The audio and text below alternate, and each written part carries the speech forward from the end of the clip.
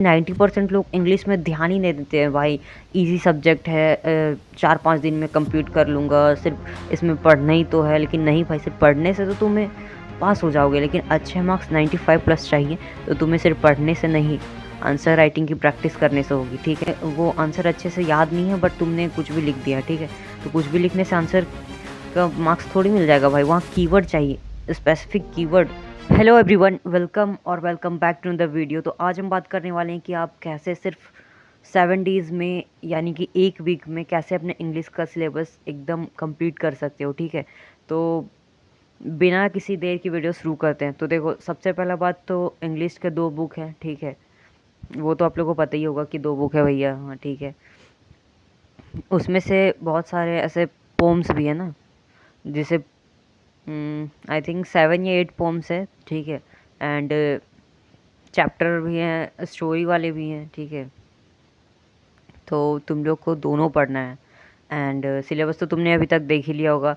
तो बात करते हैं कि कैसे कंप्लीट कर सकते हैं। तो सबसे पहला होता है कि भाई तुम एक पेपर लो एंड लिस्ट बनाओ, ठीक है। पेपर दैट मीन्स तुम कोई कॉपी का भी पेपर ले सकते हो, ठीक है, पेज। या फिर A4 साइज़ का पेपर तो बेस्ट होगा अगर है तो। अगर नहीं है तो कोई भी कॉपी से भी काम चला सकते हो, ठीक हो। उस पे सबसे पहले तो स्केल्स या फिर हाथ से ही खींच लो लाइन, ठीक है। एंड तुम हर चैप्टर के जितने भी चैप्टर तुमने पढ़ रखे हैं, ठीक है, उनको नहीं लिखना है। जो नहीं पढ़ रखा है उनको लिखो, नंबरिंग डाल के सीरियल वाइज, 1 2 3 4 ऐसे करके। जो जो नहीं लिखे हैं, जो जो मतलब नहीं पढ़े हैं या कहीं भी नहीं पढ़े हैं, एक बार भी नहीं पढ़े हैं, तो उनको पहले एक बार अच्छे से लिस्ट बना लो, ठीक है। तो इससे क्या होगा ना कि तुम्हें मोटिवेशन मिलेगा कि भाई मैंने इतनी चीज़ें नहीं पढ़ रखी हैं। सबसे पहला बात तो ये है कि उन्हें देख के तुम्हें डर लगेगा, जिसके कारण तुम्हें पढ़ने का मन करेगा, ठीक है। तो बुक्स खोल के वो सारे चैप्टर लिख लो, ठीक है। अब आते हैं दूसरे पॉइंट पे। तो दूसरा पॉइंट ये है कि चूज़ योर टीचर, क्योंकि यूट्यूब पे तो बहुत सारे टीचर हैं, ठीक है। तो तुम कोई भी एक अच्छे टीचर से, जिससे तुम्हें फ्रीक्वेंसी अच्छी मैच होती है कि अच्छे समझ में आ रहा है, ठीक है, तो तुम उसे चुन सकते हो, ठीक है। और यूट्यूब पे यार बहुत सारे टीचर, लिटरली बहुत सारे, और बहुत अच्छे अच्छे चैनल्स भी हैं, ठीक है। तो यूट्यूब से कोई अच्छे एक टीचर चुनो एंड पूरे चैप्टर उसी उन्हीं से करो, ठीक है। तुम चाहो तो पोम्स के लिए अलग टीचर देख सकते हो, मतलब तुम्हें जो अच्छा लगे भाई तुम देख लो, फिगर आउट कर लो, ठीक है। एंड थर्ड स्टेप क्या होने वाला है कि तुम डे को कैसे डिवाइड करते हैं, ठीक हो। डे को ऐसे डिवाइड करना है कि मतलब पहले स्टोरी तुम्हें नहीं पढ़नी है, ठीक है, पहले पोम्स को पढ़ो, ठीक है। क्योंकि पोम्स पढ़ने में ज़्यादा टाइम कंज्यूमिंग नहीं है। और एक बात कि तुम डे वाइज ऐसे प्लान करो ना कि मतलब डिवाइड कर लो, कि लिस्ट बना ली हो कि मैं आज ये चैप्टर करूँगा, तो एक स्टोरी एक पोम, एक स्टोरी एक पोम्स, ऐसे करके तुम कर सकते हो, ठीक है। और नहीं तो अभी तुम्हारे पास है टाइम, लिटरली है टाइम, अगर तुम चाहो तो एक एक दिन भी पूरे अच्छे से कर लो, ठीक है। ऐसे कर लेना कि मतलब उस चैप्टर से कोई भी क्वेश्चन आ जाए तो तुम वो कर सकते हो। एंड चलते हैं अपने फोर्थ पॉइंट की तरफ। तो फोर्थ पॉइंट है कि तुमने जो भी, कि तुम्हें अपने एनसीईआरटी बुक से ही पढ़नी है, ठीक है। और जहाँ पे कोई भी पोम्स में मान लो अलिटरेशन, फिगर्स ऑफ स्पीच जो भी लग रहे हैं, उन्हें तुम्हें वहीं पर अंडरलाइन करके लिखने हैं। जैसे कि लाइक में सिमिली, ठीक है, एज वेल एज ऐसे आते हैं, तो अंडरलाइन कर करके लिखना है। एंड इससे क्या होगा ना कि तुम्हें मतलब एक अलग से तुम्हें पूरा एलिट्रेशन वाली चैप्टर पढ़ने की ज़रूरत नहीं पड़ेगी, क्योंकि टीचर वहाँ बताते हैं कि यहाँ पे ये यूज़ हो रहा है, तो तुम यहाँ पे वो लिख सकते हो। क्योंकि बहुत बार ऐसा होता है ना कि हमारे एग्ज़ाम के पेपर में वो सिमिलर पोम्स के कुछ लाइन उठा के दे देते हैं, वहाँ पूछते हैं कि कौन सा फिगर ऑफ स्पीच लगा हुआ है, तो इससे तुम्हें ये कंफर्म पता चल जाएगा, ठीक है। तो फिफ्थ पॉइंट है आंसर राइटिंग, ठीक है। क्योंकि बहुत बच्चे ये करते हैं कि सिर्फ पढ़ लेते हैं, सिर्फ पढ़ने से कुछ नहीं होगा। पढ़ने से तुम्हें समझ तो आ जाएगा, ठीक है, लेकिन जब तक तुम प्रैक्टिस नहीं करोगे, लिटरली मैं बोल रहा हूँ, जब तक तुम प्रैक्टिस नहीं करोगे तुम्हें कुछ भी नहीं समझ में आएगा। क्योंकि क्वेश्चन वहाँ पे क्या है कि ग्रामर का है, ठीक है। मान लो ग्रामर में कुछ डिटरमाइनर से यूज़ हो रहे हैं कहीं पे, तो तुम उन्हें प्रैक्टिस नहीं करोगे तो तुम कैसे करोगे, समझ रहे हो। तो उनके लिए प्रैक्टिस बहुत ज़रूरी है। मान लो तुम इंग्लिश का भी कोई भी, मान लो कि ए लेटर टू गॉड ही पढ़ रहे हो, ठीक है।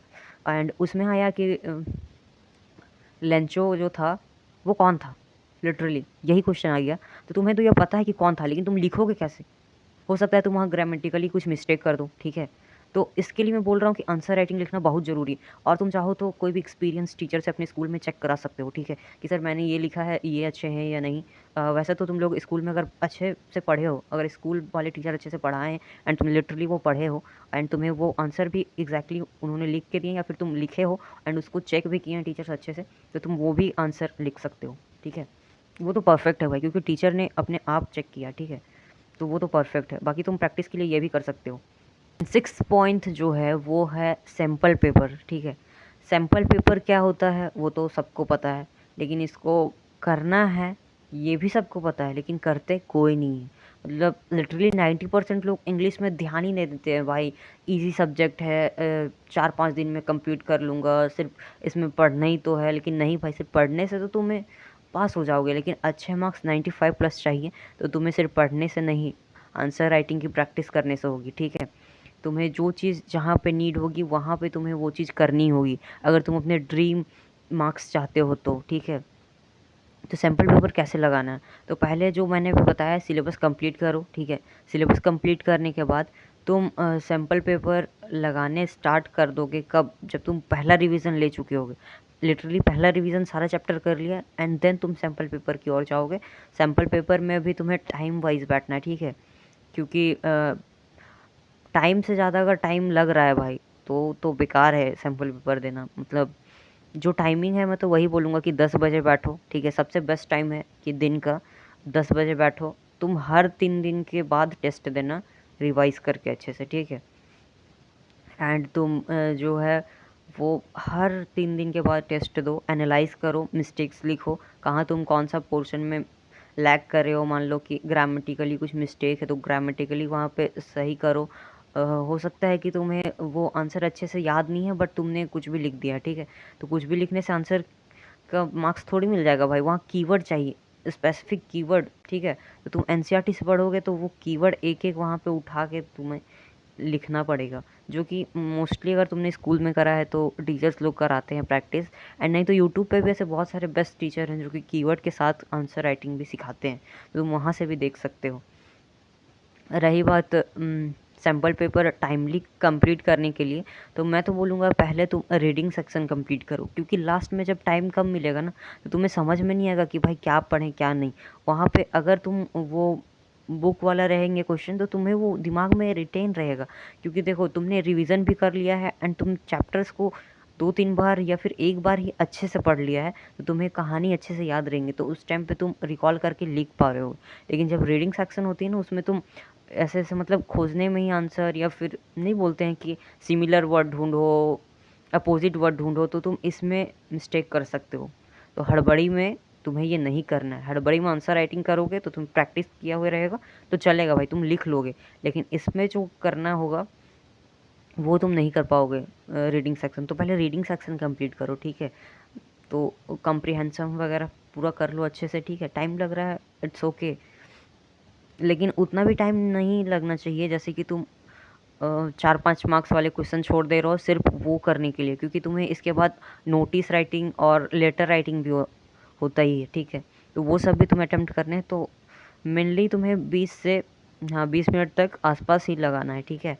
एंड तुम्हें एमसीक्यू एंड जो भी सिमिलर वर्ड अपोजिट वर्ड ढूंढने होंगे वो सारे रीडिंग में तुम कर लोगे। एंड पेपर ऐसा अटैम्प्ट करना है कि तुम्हें बाद में 10-15 मिनट ऐसा मिल जाए कि तुम पेपर को एक बार फिर से गो थ्रू कर पाओ, ठीक है, जिस पेज पलट पलट के एंड तुमने ये किया क्या।